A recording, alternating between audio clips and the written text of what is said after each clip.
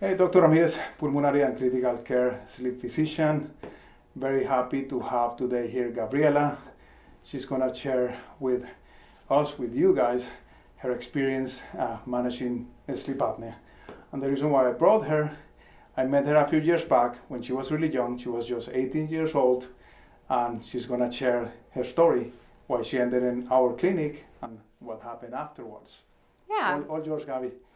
Hi guys. So my senior year of high school, I moved down here to South Florida, and I remember just feeling like I could barely make it through the day. I would get up in the mornings, go to school, and then even throughout the day during my classes, I would just be so exhausted and feel like I had no mental energy or physical energy for really anything. And then as soon as I got home from school around 3, 4 in the afternoon, I would immediately go to bed and take a nap. And my mom, over time, just started becoming really concerned because she felt like it wasn't normal that I was sleeping so often. And I could remember even waking up from these 2, 3 hour naps in the afternoon and just feeling like my heart was pounding, and I was just like I felt like I couldn't really breathe. So over time,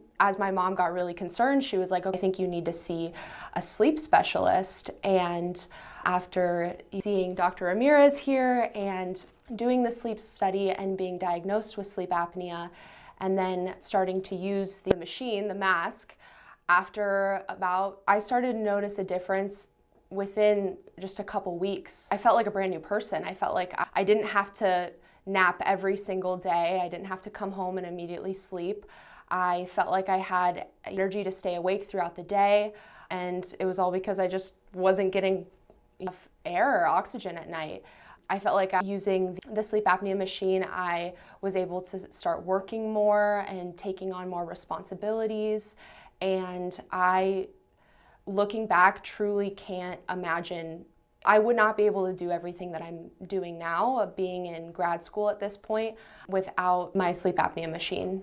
So that's a great story. Something very striking to me was the fact that when I see a young female in very good shape, because indeed you are, if I can mention, you're a athlete. You're an athlete and always exercising, always staying in shape. So I wasn't surprised by the results per se, right? But I was concerned that being so young, you would not have the right attitude towards using CPAP therapy. What do you think made a difference? What do you think what was the key for your success? Because we know using CPAP can be very challenging. What made a difference on your case? What do you think are the keys for success with CPAP in the long run? I think giving the machine a good faith effort, because it is an adjustment. I remember first starting and just feeling like it wasn't anything I was used to. It was different, and it was very natural. Right. It wasn't natural. And so it definitely took me a good 3, 4 months to fully get used to sleeping with a mask on my face. And even how it forced me to breathe. At times it was just uncomfortable and unnatural, but once you get pushed past that uncomfortable period and you get adjusted to it, I think energy level difference it's just been incentive enough to continue using the machine because of how different I feel and how much more energy I have throughout the day. So that was your great motivation. There's something that, if you don't mind, I want to ask you. Since I met you, now you're married. Do you want to share a little bit about your spouse?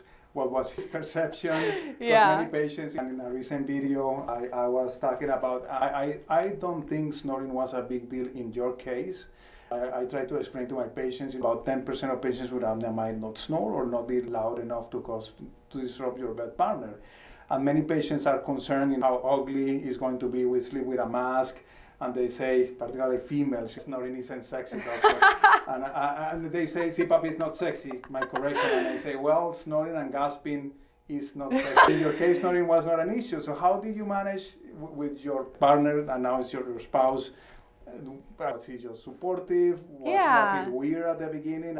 I would love to hear the story. So I had been using the machine for about 3 years before getting married, and that was something that had crossed my mind, getting married. And I think in the beginning I was a little hesitant because I did have that same reaction. I was like, oh, this feels weird, but I also think because I had already been using the machine for 3 years and been comfortable with it and knew just how much of a difference it made in my life and how much I needed it. And also my spouse was so supportive. He knew that it was something that I needed, and he actually thinks that it's cute. He calls me a little elephant. And well, I think he has to be kind to you, because I don't know if he thinks that otherwise he may be physically in trouble. I'm just being humor, but that's very encouraging. The fact that you have your bed partner and your spouse being supportive, and that is important. Some patients, when they come, usually the bed partner is extremely relieved because snoring is sometimes so loud that it prevents the spouse to sleep well. That was not your case. And we have seen the opposite too. I had a lady once that was stressed because now that the husband was completely quiet, he was checking him, making sure that he hadn't died, right, because he was so quiet and so peaceful. So no, I think it's a great story. I was telling Gabriella, she's been an example without knowing to me. I always mention her case to many of my patients, trying to motivate them. With a sleep apnea, you need a lot of motivation, you need a lot of encouragement. I mentioned on a recent video, I'm a CPAP user myself, and I have had my bouts of challenges using CPAP. If your mind is too active, if you're stressed, sometimes it's not that simple. But I guess you want to try to keep putting educational videos. I truly appreciate your time making the effort to come here and share your story with us. Thank you so much. I appreciate it.